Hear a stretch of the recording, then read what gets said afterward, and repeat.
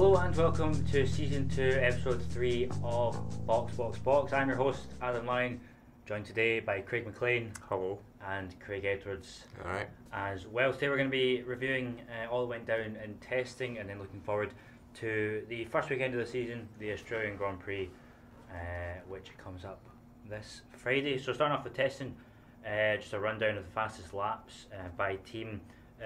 Top of the timesheets, Ferrari with a 1:17, so but as you were saying, Craig, about 2 seconds quicker than the pole lap last year. Was that as much of a surprise to you?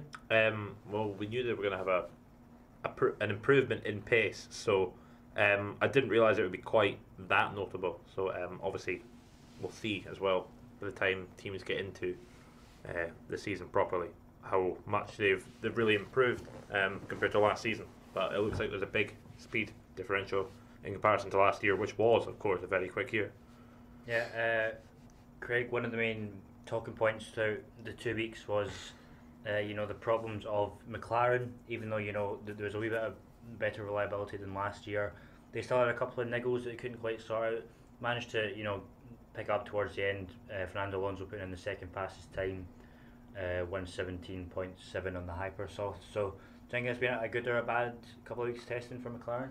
I think you'd say mixed. I think they've shown a little bit of pace, obviously, to be second, but at the end of the day, they're still having all the problems, but they don't exactly have the Honda reasoning to hide behind now. So I think there's still major questions, and even the pace, the last day, was that just a one lap, let's see exactly how quick, almost put everything into it, while you wonder about the teams behind them, especially like Mercedes behind them having not done anything similar. So you still wonder quite just where they are in the reckoning. I think the gap that they are behind Ferrari is probably about correct. They're about probably half a second, maybe just more behind Ferrari. Obviously, you don't know who's where until qualifying's finished in Melbourne, and if it's a wet qualifying, which is possible, then you still don't know where they are. So you can't tell yet, but I think McLaren have made an improvement. The reliability still has question marks. So yeah, I think it'll maybe take a while, but I think they have made an improvement personally. Yeah, speaking of McLaren, their arch nemesis from last year, Honda, actually having a very good testing in their partnership with Toro Rosso, and they actually look quite decent this season. I believe they got one of the most highest lap counts, did they not? Yeah, they look okay. I'm not sure quite where the pace is at. They look reasonably quick. I don't think they're going to be fighting right up the top. They probably will be near the bottom of the order. But again, it's probably a good long-term investment. Honda have an okay season with them, then they're only going to surely keep improving. It's two drivers as well. It's an interesting lineup in my view. Gasly could be one for the future. Hartley might just be a kind of stopgap filler at the moment, but if he impresses, then he could have a future in Formula 1, so we'll see. Yeah, down towards the bottom of the order again, Haas, there's been someone that's been bandied about. Lewis Hamilton and Toto Wolff both saying that they could be a surprise this year. Do you think that's maybe just being nice, or do you think there's some truth to that? If you look at the time that they set, that was the quickest lap in the final test, it was on the super soft tyre, so that's 2 compounds worse off than the people that were racing around about that were on ultra softs. So they clearly do have pace. How much, obviously, we're not sure. I'd imagine that they'll aim at hopefully challenging for a podium at some point this season. That would probably be a realistic jump. Obviously, last season, slight improvement in the first season. They were a bit more consistent throughout. Well, in the first season, they just started off well and kind of trailed off. So this season, they'll be looking to kind of capitalise, be higher up in the points. I think Renault will make a jump, McLaren will make a jump this year compared to previous seasons. So if they're just in behind that sort of Renault, sort of Force India, if they can challenge in amongst them, they'll have made a good bit of progress. Yeah, Craig, the last main talking point from testing, obviously the introduction of the halo. What thing that was quite as big an impact as perhaps people had been fearing? I think aesthetically, I think everyone still agrees that it's awful. I think one of the things is, it was mentioned before, I think it wasn't quite, no one quite saw as big an impact on even just recognising the drivers. I think a lot of people noticed that more than I think people thought. Like, you can barely even see the helmet. So all these fancy helmet designs are pointless now. Big numbers mean more than anything now. Yeah. So, it's interesting to see that McLaren are actually being sponsored by a flip-flop company from Australia for the first race. So Yeah. at least there's humour behind Bit it. of a bad joke that. But overall testing, who jinx done best during that, and who jinx maybe not, done as well as they might have thought. McLaren have not done as well as they might have thought. They would have wanted a bit more reliability and a few more laps here and there. I think the team that you'd probably say, well, Honda as a company have had a good test. They'll be glad to get so many laps in that they did. I think as well, teams like Sauber, they've gone a good amount of laps and a good amount of mileage. So it's still early days. You can't really predict anything yet. People are thinking Force India are looking a bit off the pace. They're saying they're going to bring updates to Melbourne. So until the weekend's over, we don't really know where everyone stands. Yeah. So Do you agree, Craig?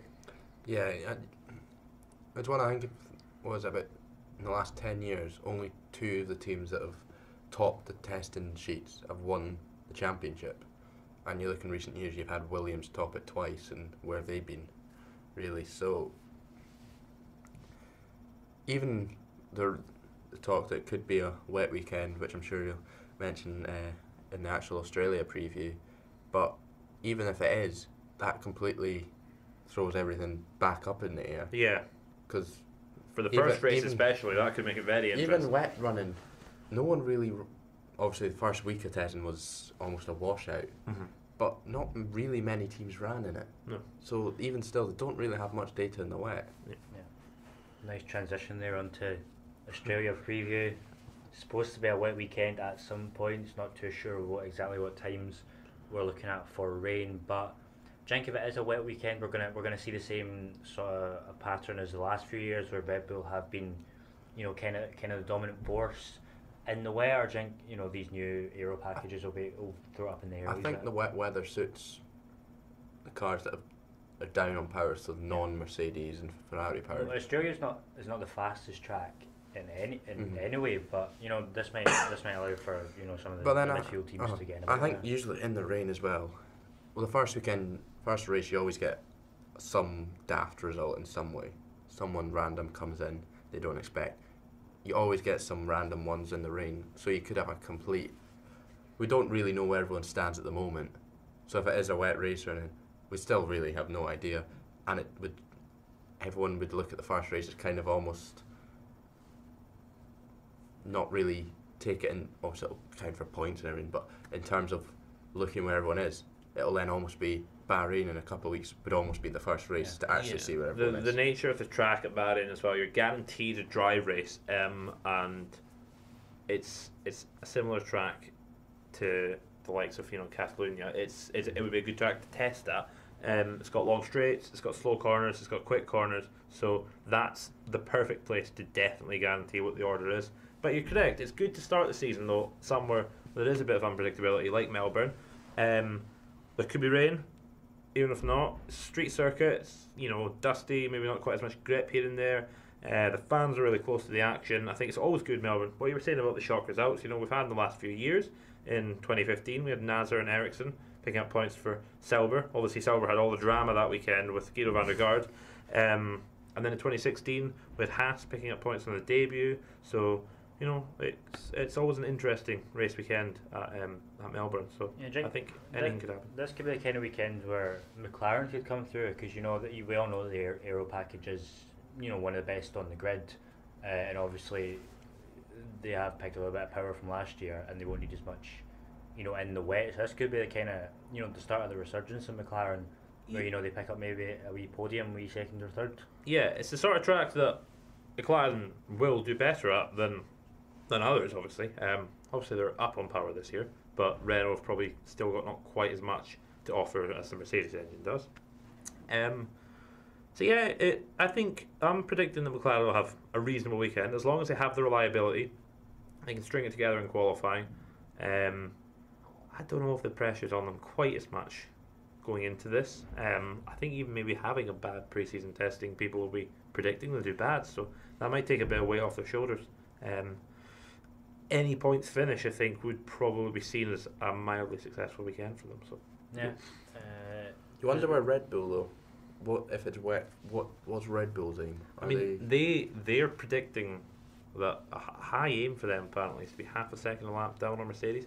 I'm not sure whether that was in the race or in qualifying, but it's quite far off still. Yeah, they think that if they're half a second down, they think they have the development rate to catch up. But obviously, we've got to mention the fact that Adrian Newey's now gone.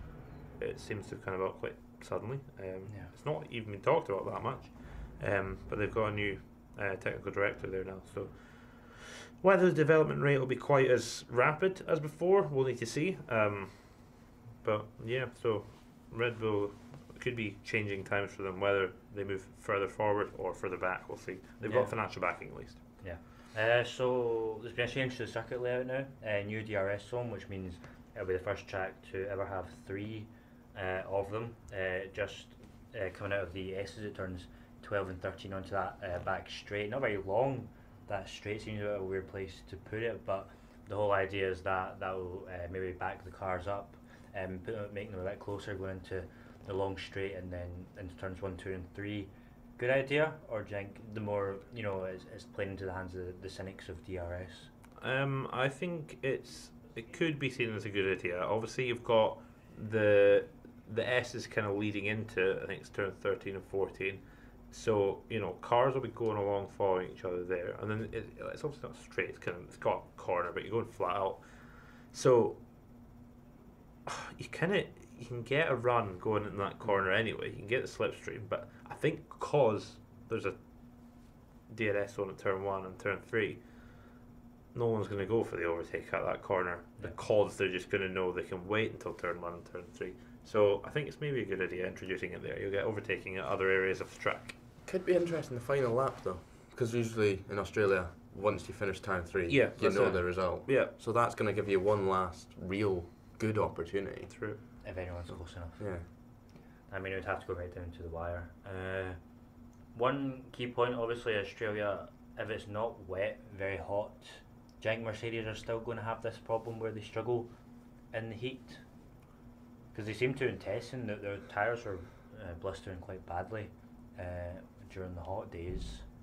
Well, testing it wasn't hot at all. It was cold. Towards the end of the second week. That's for Formula 1 still very cold. Yeah. It was below 15 degrees, so it's just seen as like very cold. So, well, if they're blistering the cold, then they're just learning sort of how long the tyres can last, aren't they? Yeah. We'll come up with some way to deal with it, but you can't. Do you think they'll get rid of this issue yet if they're struggling in the heat, or there must be something they could do about it because none of the other teams are as bad as they are when it comes to that. We'll find out. Very good point. Time to make our predictions for the weekend top 3, if you please. I'll just play with better the devil you know and stick with Mercedes as the team who will come out on top this weekend. Obviously they've dominated the last 4 years, so you'd expect that they're not going to slip down to 4th. So I'll go Hamilton on pole and to win the race. I will go Bottas 2nd and Vettel 3rd. Craig? I think the weather will play a real part. If whether it's dry or wet, I think it changes it. I feel like it will end up being dry. Yeah. There's often threat of rain. It never seems to ever come in Formula 1. I don't know. At home in Australia, I fancy Ricciardo. Red Bull, they're looking close enough that they could get in the mix. Compared to him retiring on like the 3rd lap Yeah. or whatever it was last year. Yeah, obviously you'll either win it or he'll be the turn 1 casualty. So I'll go Ricciardo, and then Hamilton, Vettel. Yeah, I think I'm going to go with Vettel first this year. They look very strong in Australia last year, Ferrari. Hopefully, I think it has to do with the Mercedes and the heat thing. I think this is a track where they will not be as fast. So I'll go Vettel, then Hamilton, then Bottas. I think no Raikkonen, seeing as he's 28 to 1 to win the title, which is absolutely ludicrous. Well, But- it's not really, considering his, Yeah, consistency it's not the last few it's years. ludicrous for him that he slipped so far down in everyone's. As soon as he starts estimations. picking up consistency, just getting results, getting points, and he can get back to it. But for too many years now, he's been taking too many risks, being involved in incidents here and there, and just being off the pace generally. So he just needs to gain a bit of consistency, hopefully a bit of motivation, and he can be back up the top fighting with the other three. Oh, let's hope so. Anyway, that'll do us for today. Thank you very much for joining us. We'll be back next week to review what went down in Australia. So thanks to Craig McLean Thank you. and Craig Edwards. Like us on Facebook, follow us on Twitter. I've been your host Adam Lyon, and Fox.